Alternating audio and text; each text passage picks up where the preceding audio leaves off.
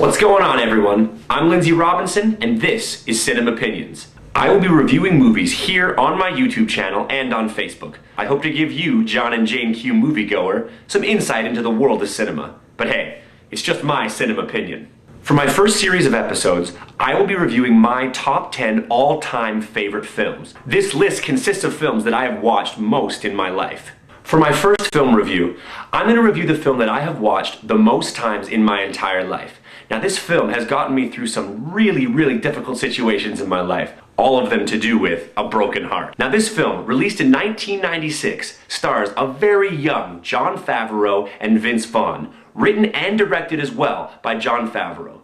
Ladies and gentlemen, I give you Swingers. Set in Los Angeles, follows the life of young Mike, a struggling comedian slash actor trying to make it in the big world of Hollywood. He's just moved out to Los Angeles and had his heart ripped in half by the love of his life, who's still living back in New York. And his best friend, Trent, played by a very young, tall, and thin Vince Vaughn, is trying to help him break out of the rut. Swingers is the quintessential film for a guy to watch after he's just had his heart broken.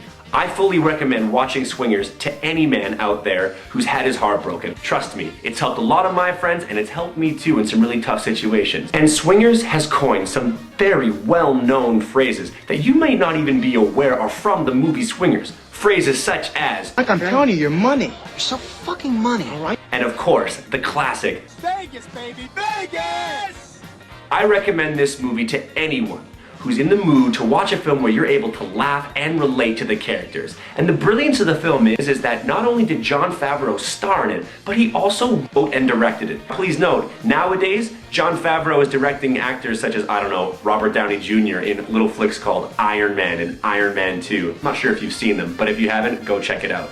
Also, watch for a young Ron Livingston and a young Heather Graham. They pull off wonderful performances in the film. One other brilliant part of the film is the soundtrack.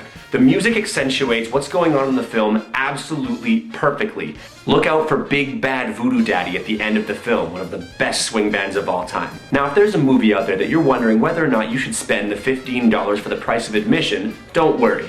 Post it to my Facebook or Twitter, and I'll go review it for you. Don't worry, I'm not going to put any spoilers on this website. This is simply just whether or not you should go check this movie out with a little bit of tidbits of information as well. And if there's a movie out there that's been out for a while, but you've just never gotten around to seeing it because no time or whatever, also, please don't hesitate to put it to my wall, and I'll check it out for you. Thanks for watching my very first episode, you guys. Please send this link to your friends if they're all interested in movie reviews, and I promise I'll have a review out once a week from now on. But remember, it's not fact, it's just my cinema opinion. Cheers.